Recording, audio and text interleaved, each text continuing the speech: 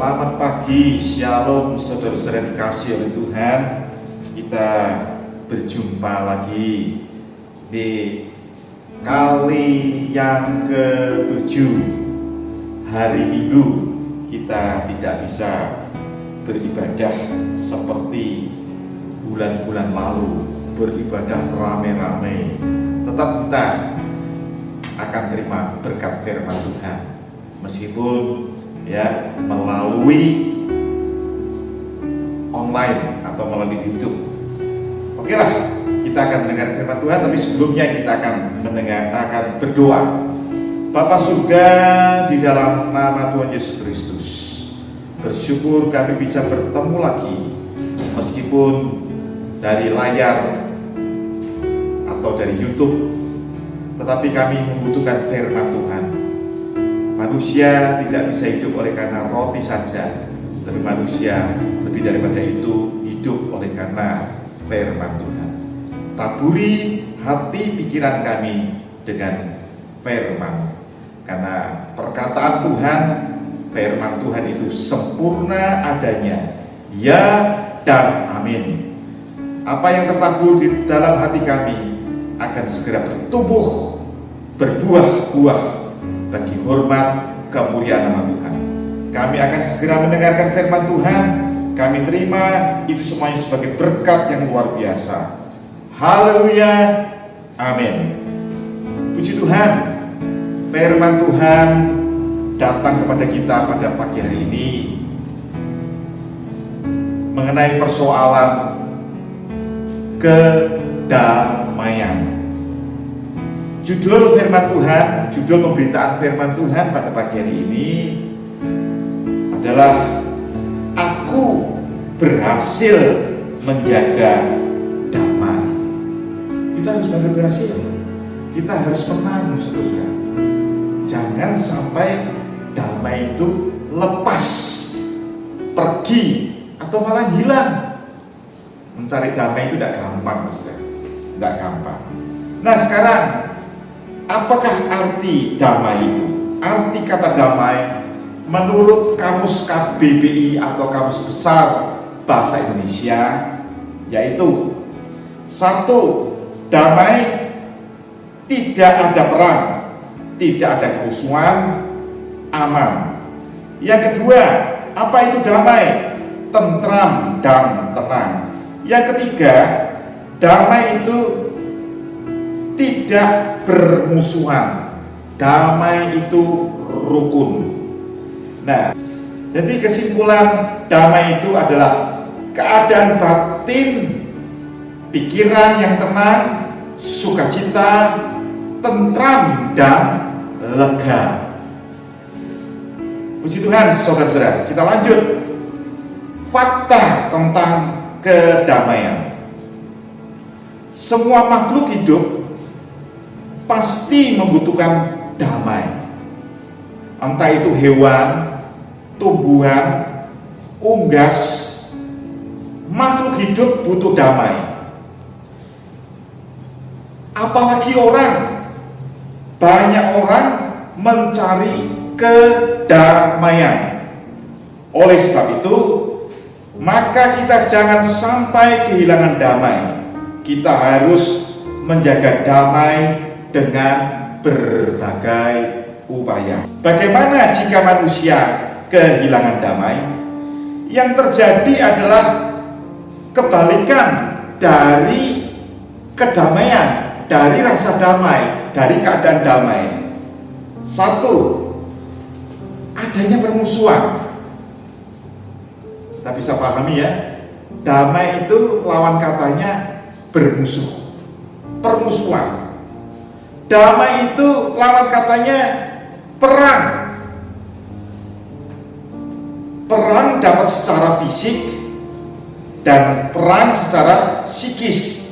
Secara fisik mengakibatkan luka secara fisik, atau mungkin bisa mati, paling tidak cacat atau berkurang.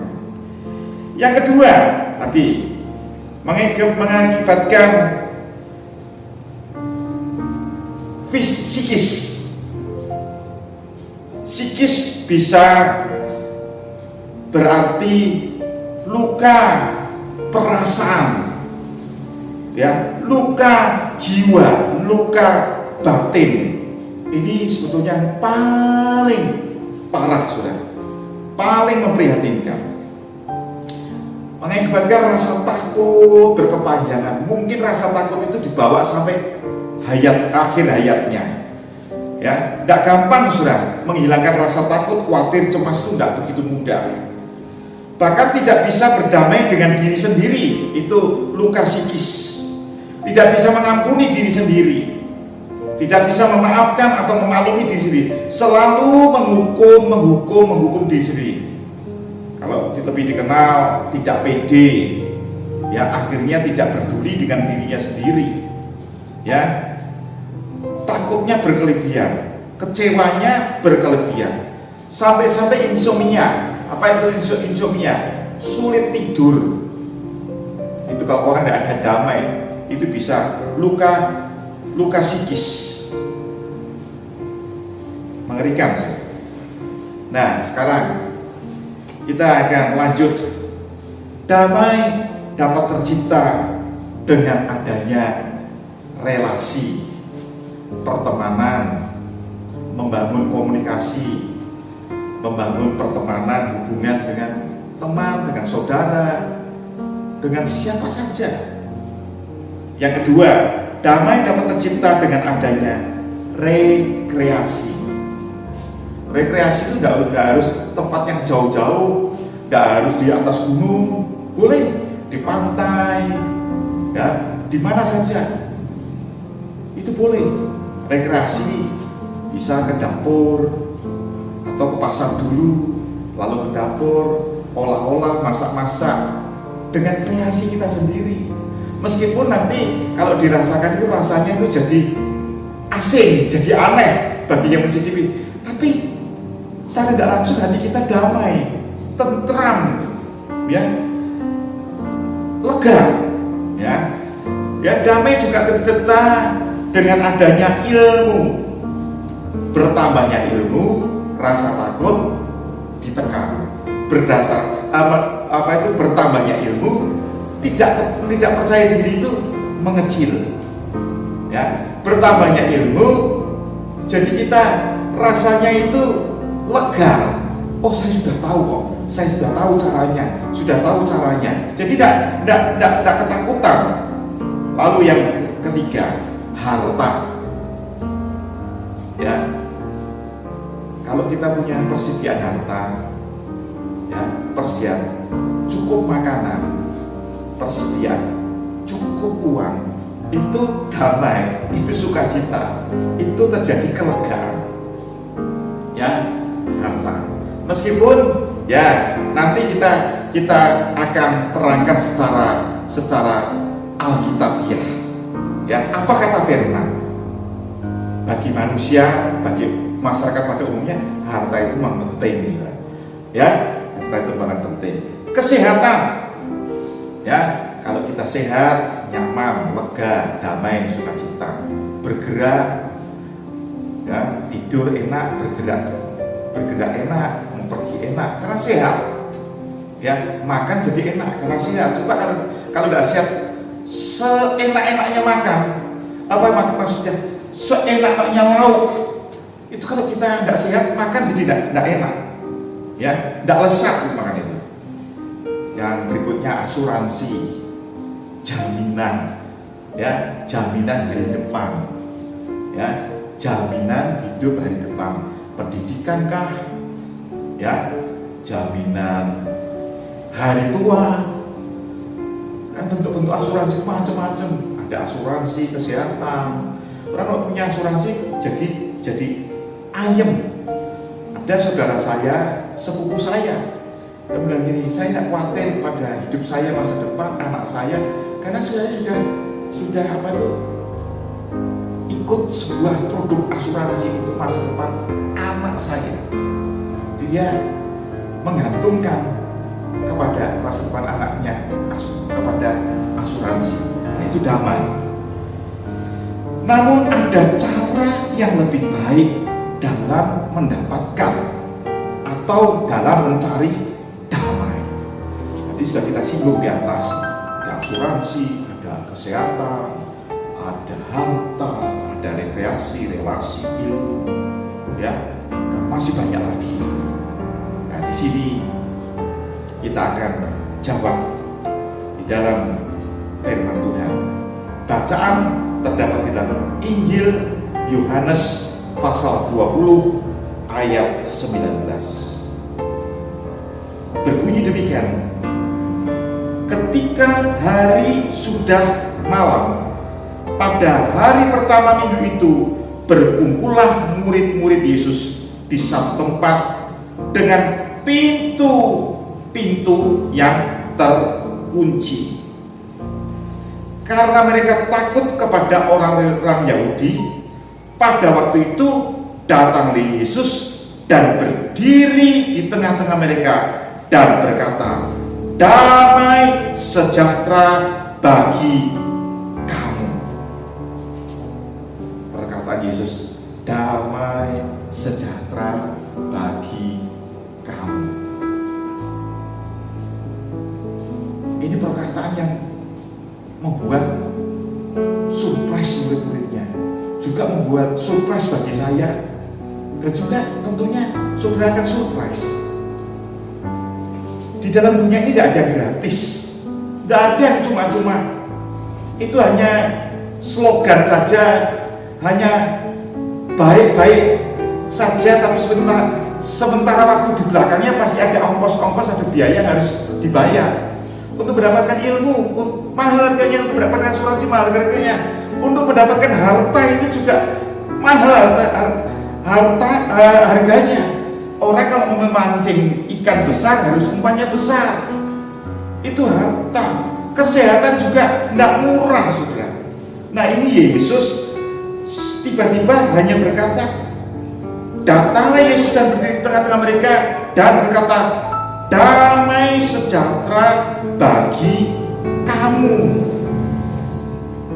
Syaratnya itu hanya menerima dan percaya perkataan Tuhan. Nah, persoalannya tak gampang juga untuk menerima dan percaya perkataan Tuhan. Tapi puji Tuhan, saya yakin saudara mudah untuk menerima dan percaya akan perkataan Tuhan. Haleluya. Dan setelah itu nanti sudah mulai merasakan, ketika sudah mulai percaya dan menerima perkataan Tuhan, terimalah damai. Damai dari Tuhan itu tidak baik, tidak perlu harga yang mahal, hanya percaya dan menerima saja, syaratnya itu saja. Saudara dikasih oleh Tuhan, di sini diterangkan di dalam Yohanes 20 ayat 19, menerima dan percaya perkataan Tuhan saja. Setelah kita lebih lanjut lagi di dalam ayat 20, Yohanes 20 ayat 20 berkata apa di sini? Dan sesudah berkata demikian, ia menunjukkan tangannya dan lambungnya kepada mereka. Murid-murid itu bersukacita ketika mereka melihat Tuhan. Ketika mereka melihat Tuhan. Apa yang terkandung di dalam ayat ini? Saya tangkap itu. Di sini artinya terima pribadi Yesus. Terima wujud pribadi Yesus. Dia bukan manusia biasa. Dia bukan benda biasa. Dia bukan fisik atau daging biasa. Dia adalah anak Allah yang hidup. Anak Allah yang hidup kekal selama-lamanya. Terima pribadi Yesus. Saudara dikasihi oleh Tuhan, cara yang baik ini dalam mencari damai sudah kita dengar di dalam Yohanes 20:19, menerima dan percaya perkataan Tuhan. Yang kedua, terima pribadi Yesus. Yang ketiga ayat 22, Yohanes 20 ayat 22, apa kata firman Tuhan? Dan sudah berkata demikian, ia mengembusi mereka dan berkata, terimalah Roh Kudus. Untuk mendapatkan damai yang sejati, yaitu terima pribadi Roh Kudus, Roh Allah, Roh Suci. Tidak kelihatan Roh Kudus, tidak ada, tapi besar kuasanya, besar manfaatnya, dahsyat kuasanya. Ya, yang ketiga, terima pribadi Roh Kudus. Lalu masih ada lagi yang keempat, ayat 23 Yohanes 20, jikalau kamu mengampuni dosa orang, dosanya diampuni, dan jikalau kamu menyatakan dosa orang tetap ada, dosanya tetap ada. Saya juga menangkap dari perkataan Yesus ini, dari perkataan firman Tuhan ini. Yang keempat yaitu memaafkan. Memaafkan itu mempunyai terkandung kuasa yang dahsyat, kekuatan yang dahsyat. Kalau kita bisa memaafkan, apalagi saya hamba Tuhan harus lebih dulu berdiri di depan untuk memaafkan. Ya, dalam perkataan memaafkan ini saya harus berdiri paling depan, harus bertanggung jawab, beri contoh, beri teladan. Ya, tidak gampang orang memberikan maaf. Dan harus ada kerendahan hati, sikap hati ini. Ya, saudara yang dikasihi Tuhan, ada paling tidak 4 hal, ya, 4 syarat untuk kita bisa mendapatkan damai. Saya ulangi lagi, boleh? Ya, memang ini harus diupayakan, harus diupayakan, harus dicari. Kita tidak boleh pasif, Tuhan kasih saya damai, kasih saya damai. Tidak. Tapi meskipun demikian, syaratnya mudah. Yang pertama, percaya dan menerima perkataan Tuhan. Yang kedua, yaitu terima terima pribadi Yesus. Yang ketiga, terima Roh Kudus. Yang keempat, memaafkan. Puji Tuhan, kiranya ya firman Tuhan bisa menjawab. Tapi di atas cara dunia, ya, yaitu ilmu pengetahuan, relasi, rekreasi, dilarang tidak. Boleh dicari, boleh. Harta bekerja, boleh. Ya, boleh. Tapi yang lebih baik ada 4 cara tadi. Saya ulangi, yaitu terima perkataan, percaya akan perkataan Yesus. Yang kedua, terima pribadi Yesus. Yang ketiga, terima pribadi Roh Kudus. Yang keempat, mau memaafkan. Yesus lebih dahulu memaafkan kita. Masakan kita tidak memaafkan kesalahan orang lain? Siapapun saja yang pernah berbuat salah, mari kita memaafkannya. Dan di situ damai itu akan sempurna tinggal di dalam kehidupan saudara. Puji Tuhan, saya akan berdoa. Terima kasih Tuhan buat firman-Mu yang memberikan jawabannya luar biasa.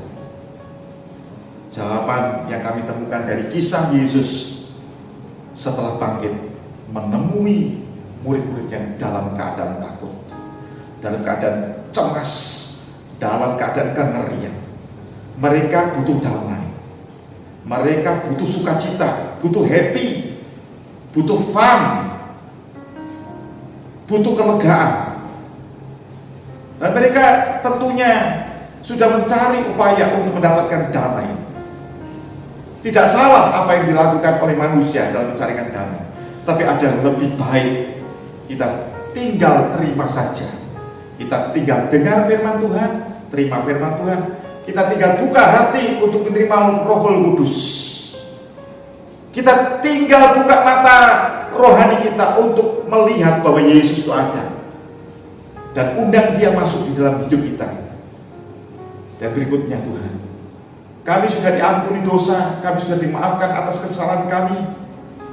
Bahwa kami adalah seorang yang berdosa. Hidup kami adalah anugerah yang turun dari kayu salib Golgota.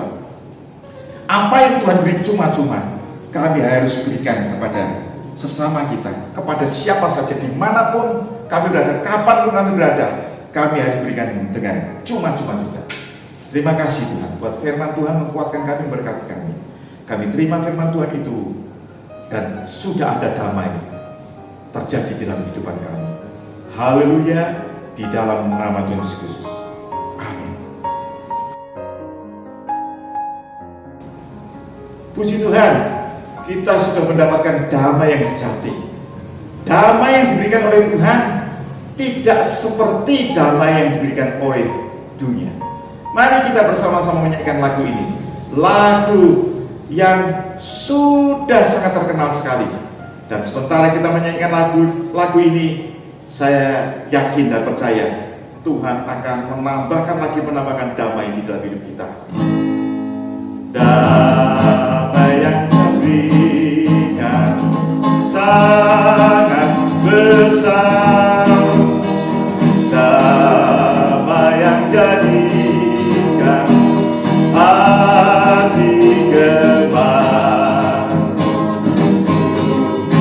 dan besertaku sepanjang jalanku,